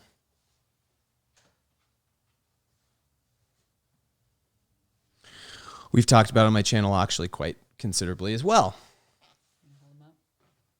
I've got all three of the tomes of Frank Baum's Wizard of Oz series. Each one of these is book one, which is novel containing the first 5 books. The Emerald City of Oz. These are the Fall River Press versions of these books, and so I have the whole collection of them. The Emerald City of Oz has number 6 through 10, and then 11 through 15 in The Magic of Oz.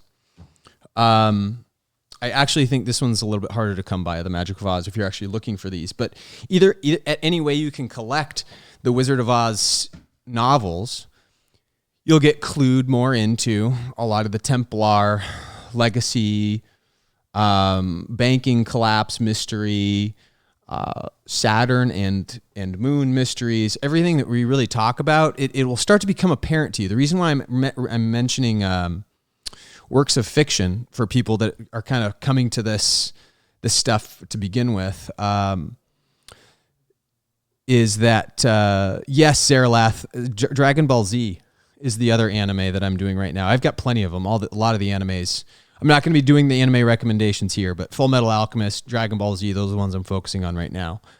But also works of fiction, all in the same. Just like the books, you start to see these patterns, these things playing out. And then so you naturally ask yourself, okay, Who were the authors? How do they know this stuff? Why does this all connect through this common glyph? And you get you end up getting your questions answered by way of the very intuitive process that we were outlining with the fivefold path of virtues earlier with the Lao Tzu framework. Secondly, beyond The Wizard of Oz, everybody's got to get a copy of Lewis Carroll's Adventures in Wonderland and Other Stories. This is the compendium where it's got both Alice in Wonderland and Through the Looking Glass in it. All very metaphysical representations of the Isis goddess mystery that the Venus faction, I think, is working so hard. The Templars are working so hard to bring out. You also can go through the history lesson of Frank Baum and Lewis Carroll and who they were connected to in the royals. And that's always a fun exercise when reading those books. And it's just, it's perfect to introduce your kids to as well. Speaking of activating the chitta or the nous in a child's mind, these books will awaken it more than anything because they're codified in a way that is meant to engage with the theta frequency that they're emitting. Imagination, creativity. Yep, it's all that theta at that frequency. young age. Yep. It locks in the lambda into place so they never have to get corrupted by the V. So other ones. Dan Brown is a favorite of mine. More fiction that we're starting off with. I didn't include the typical Da Vinci Code in here. I rather included The Origin, which is actually the same character as in the Da Vinci Code. It's Inferno, La Symbol, and the Da Vinci Code. This is the fourth book in the series, but this more speaks to what we're going through right now as humanity. Whoever Dan Brown is, again, connected to the Templars maybe. We talk about James Cameron, George Lucas in the film context. Dan Brown is real similar in the written form in terms of giving us answers in plain sight as to our origins as a humanity. His other book, Deception Point, all about Antarctica as it relates to origins. Need I say more? Just read those two novels. They'll have a profound effect on you. And then Dan Brown's Digital Fortress, which is all about the reality that we face right now about our mind being our mind being integrated into the matrix. Okay. So in a more real way than even I think the Matrix series points out, because the Matrix is so highly metaphorical. Dan Brown's stuff in a way kind of puts you into a narrative that's believable in the context of your own life. And if you can open your mind to these clues, you'll have a good time applying the V Steganography to those books. So, second of all, the spiritual context of the fivefold path, of course, Lao Tzu's text, the Tao Te Ching, is where you get those concepts locked into place, along with some other spiritual texts that are very congruent. The Bhagavad Gita,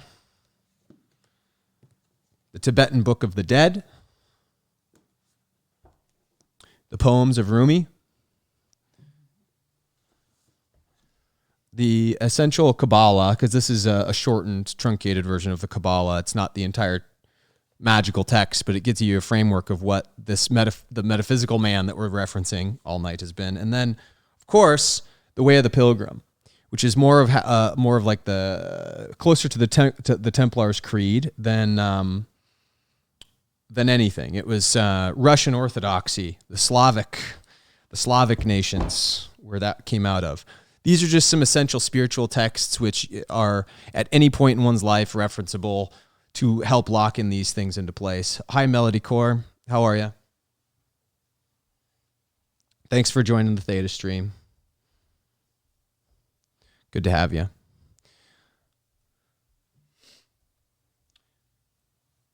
So, beyond that, we actually have some other texts. So these are all texts in which will enrich the lambda frequency in one's mind to overcome the V cipher. But it is also incumbent on all of us to read the very books that are the closest representation of the strategies and tactics by which the V Cipher is based. We've learned that the Jesuits used the art of war against us, the Machiavellian principles of the Borgian class and the Catholicized version of our history. They're all based in these concepts: the art of war and the Prince by Machiavelli, Niccolo Machiavelli. Sun Tzu being the Chinese supposed general who may or may not have ever existed, but the concepts are that of Jesuit casuistry, which leads right into another book, which here I'll get my Evernote server up to reference. The Rulers of Evil, Useful Knowledge about Governing Bodies, which you can access in PDF format on my Evernote server, or you can even find this online. F. Tupper Sassi wrote this book about the Jesuit agenda and casuistry and pieced together a fairly coherent thesis about the founding of the country. I disagree with some of his assertions about George Washington and things, of course, because I don't know if he's got the correct perspective on that, but he certainly found the pattern of Jesuit casuistry in plain sight. And this is a must read for anybody who is looking into the arts of V, as it were.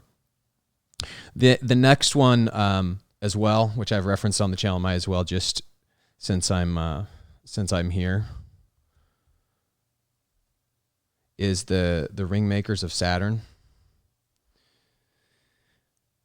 Ringmakers of Saturn by Norman Berggren, which is what we've been referencing so much over on my Patreon channel to learn a little bit more about what the construct of Saturn might signify in terms of hijacking our mind and our nous. Could it be a musical instrument against us of sorts, right? So those are a couple must-reads that you can get in PDF format over on my Evernote server if you're I think $15 pledge on or above on Patreon. And HP did download the Norman Berggren book. So they are available for free online. You don't need, like I said, I think both of those you can search online and get. Second of all, regarding that same topic though, we've been talking a lot on Patreon about the ether and how the fifth element of the ether is used for and against us, how it factors into Nikola Tesla's science and other sciences, in fact, relating to the Saturn myth and the V Steganography. The cymatics principles written about by Hans Jenny in this book, Cymatics, will teach the reader all about how the ether is used as the fabric for all four of those elements. You will learn much about the harmony of the spheres concept of Pythagorean geometry just by reading this book. And you'll see, quite frankly, how the concepts that we're discussing on the Patreon side relate to the hypothesis we have about Saturn as this ultimate instrument. And of course, how are those tactics being used against us here on Earth, using Nikola Tesla's technologies and sciences? Under an Ionized Sky by Alana Freeland talks about chemtrails, the space fence lockdown and such. This is actually something we've read several times on the channel, in addition to usually in conjunction with the Secrets of Cold War Technology book by Jerry Vassilatos. So this is the Secrets of Cold War Technology, Project HARP and Beyond, and then of course Under an Ionized Sky, From Chemtrails to Space Fence by Alana Freeland. These can both be read alongside each other, and they're great to read. Actually, if you can do such back to back, because they'll give you an absolute different perspective on sciences related to the ether. Okay. Further concepts relating with cosmos in general, earlier Earth grid topics as it relates to the dynamics of the Earth and how we look at the buckyball structure, and we're able to look at things like the temples, the frequencies, and get into these Platonic solid sacred geometries in the first place. We have to understand the geology of our environment. We have to understand the dynamics of the cosmology. Magnetic Reversals and Evolutionary Leaps is a short little book by Robert Felix that will show you how things evolve using certain dynamics that are not considered beyond the false Darwinian theories and such. And you'll learn a little bit more about cycles. To tie these concepts together, probably my favorite book of all time, seriously, Lost Star of Myth and Time, woke me up after reading this years back in a way that no other book has, and continues to prove a central component to my research of the Yuga cycle than anything. It's Walter Cruttenden that is to be credited with compiling the data from Sri Yukteswar, who is Paramahansa Yogananda's teacher, about the true cosmology of the Yuga cycle. Give us the truth of such knowledge that humanity had not had for a very long time, and bring it back into the context of what we were missing consciously. And so part of the V steganography in the context of the Yuga cycle is showing us where we're at. We are not going into the age of Aquarius, rather the age of Leo, which makes much more sense in terms of the Venus myths, the Venus passage through the horns of Taurus on July 7th of this year, which signifies all of the birth canal, birthing pains that we're going through.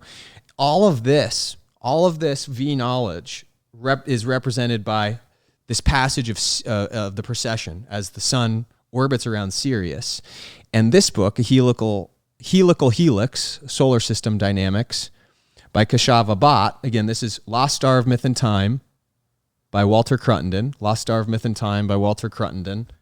And then Helical Helix, Solar System Dynamics, Dr. Kashava Bhatt, PhD out of India, showing how the sun operates as a comet, as a helicoid, and passes through our galactic plane as a helicoid in a manner in which causes and proves this very movement that we're talking about with the Lost Star of Myth and Time tracking of the Yuga cycle.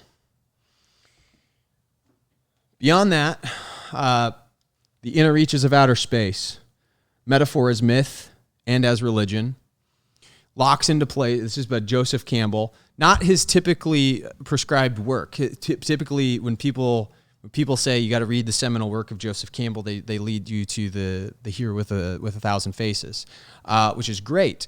It teaches all about archetype, but we're talking about locking in the metaphors as myth in a sense of locking in the V steganography and awakening the Chitta and the Nous to shake free of this false reality, realize it's a false reality and that our mind is creating it, so we can actually have a more fulfilling experience of it.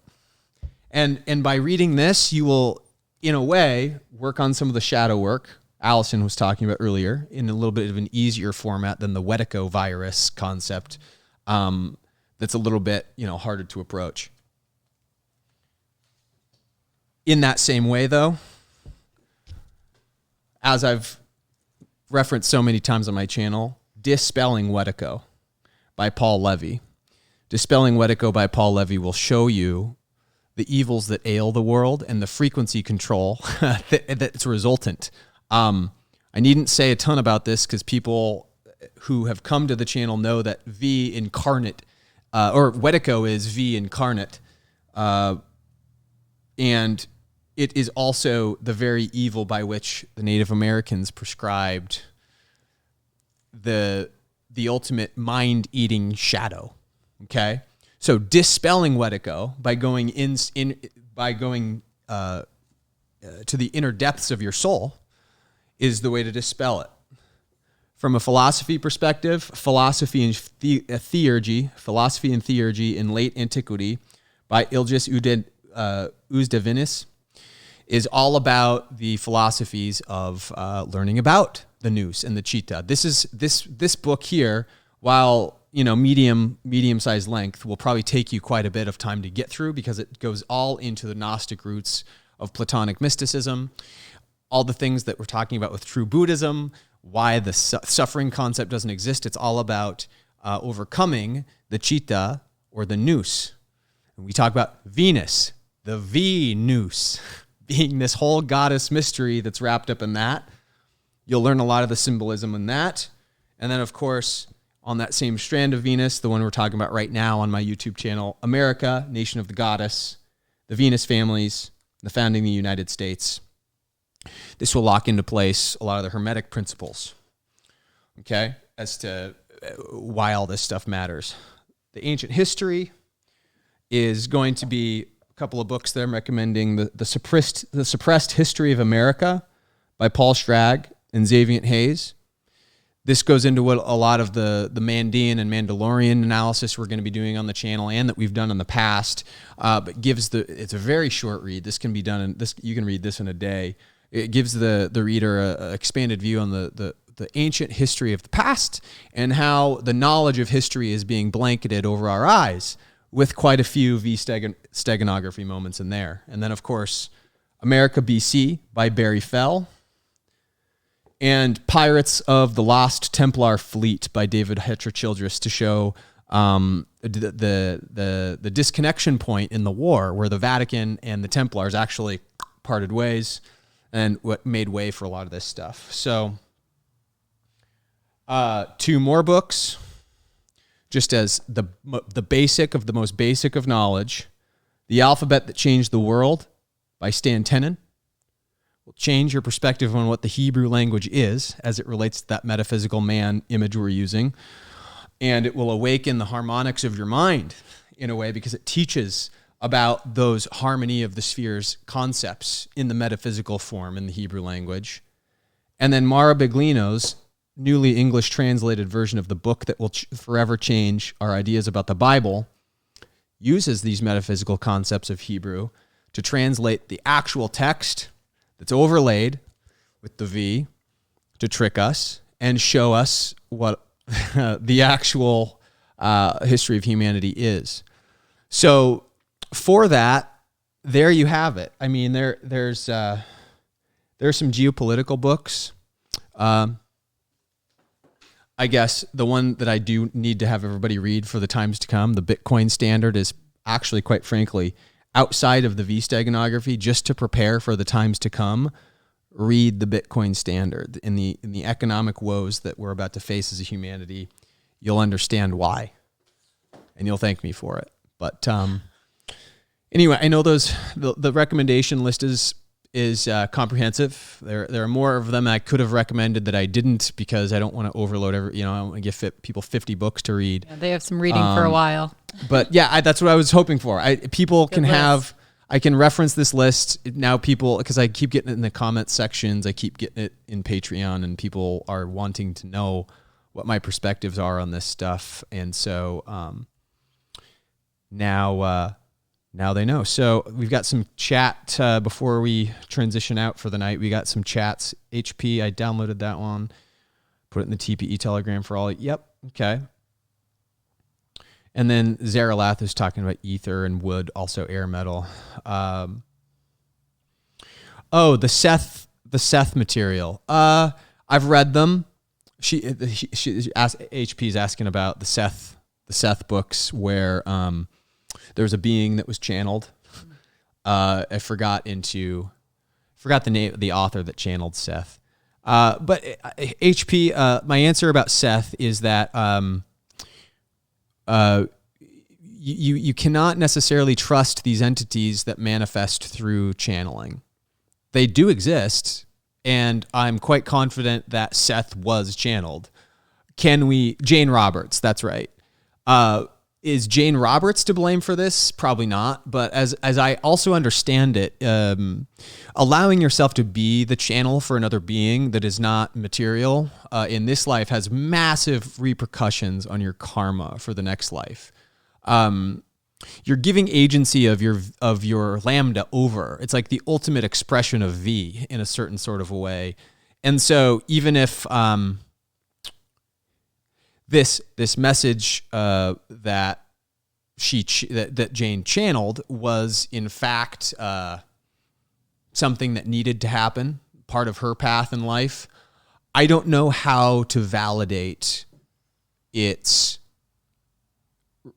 basis in reality, because kind of in a similar way that Wetiko feeds on Loosh, I'm not convinced that the Seth entity was any different. You know, if that makes any sense. It's interesting to talk about though, because it's an actual effect. I mean, I have no doubt in my mind that the whole Seth phenomenon is actual. It's as you can see, it's a debate that's ongoing with me, even with material like that, where I don't think about it too often, because otherwise I just get a headache, and it doesn't matter to me after a certain context because it's not provable. And so I move on and work on the stuff that I can actually, speak to a little bit better. But I do have the books. I've got, I think, 5 or 6 of the books. But anyway, yeah, there's my 2 cents on those. Thanks for the question. But anyway, that kind of wraps it up for the material that we hoped to cover tonight, guys. This gives you yet another kind of brief dive into the world of the V Cipher from a different perspective, bringing Allison into it. Remember, she's got her YouTube channel that you can subscribe to. We'll go back over there so I can, whoops. Maybe I didn't have the right browser up. Just a second. Sorry, everybody. I'll get her. Kiatsugi.com. Kiatsugi.com is her website. That's the website. And here's her. Access my YouTube from there too. Yeah, here's her YouTube. Allison Anchor on YouTube. And Kiatsugi.com are the websites that you can reach her. She'll start expanding her services on Kiatsugi.com once she has the ability to do so. But yeah, and anyway. I just wanted to stress, even though I do spend a lot of my time working with teenaged youth, the concepts that I share and the things that I hope to educate people on is valuable at any age. So even though I am spending a lot of my time doing teen empowerment and mindfulness, it's something that we can all learn from. So yeah, check it out. So yeah, that'll do it, guys. Follow me over on Theta.tv with Skullcap Savant. You can follow me on DLive. You can find me on Patreon and become part of the V Cipher community, where of course you get access to all the books we were referencing earlier. We got 1,200 documents that you can thumb through, and you can become part of the whole discussion. And then of course I've got my Discord server as well for collaborating and meeting other people in the community. But that's how you can engage with us. Theta is probably where I'm going to be more predominantly in the future, as everybody on the YouTube side is quickly learning. But I hope you like the experiment too. We'll hope to do a couple more of these where they're fleshed out collaboratively. This was thrown together in a manner of a couple of hours. I was going to do this alone, actually, until I figured to include her in this. So I hope everybody enjoyed it. HP says, thanks. The Nature of Reality is the last one. Then I like her own books. She writes, I don't want to channel, but I don't want to be lied to. It made sense through the content. Oh, she talking to the Seth material. I see. Well, cool. I mean, that's something we should probably have, as we were talking about earlier, some debates on to get to the bottom of, and it's a healthy thing to do. But we love y'all. We will see you all sometime very soon. I certainly will. I'll stream a couple times this week over to Patreon and YouTube. But until then, everybody have a good night and a safe election. Yeah, safe election week here. Bye-bye.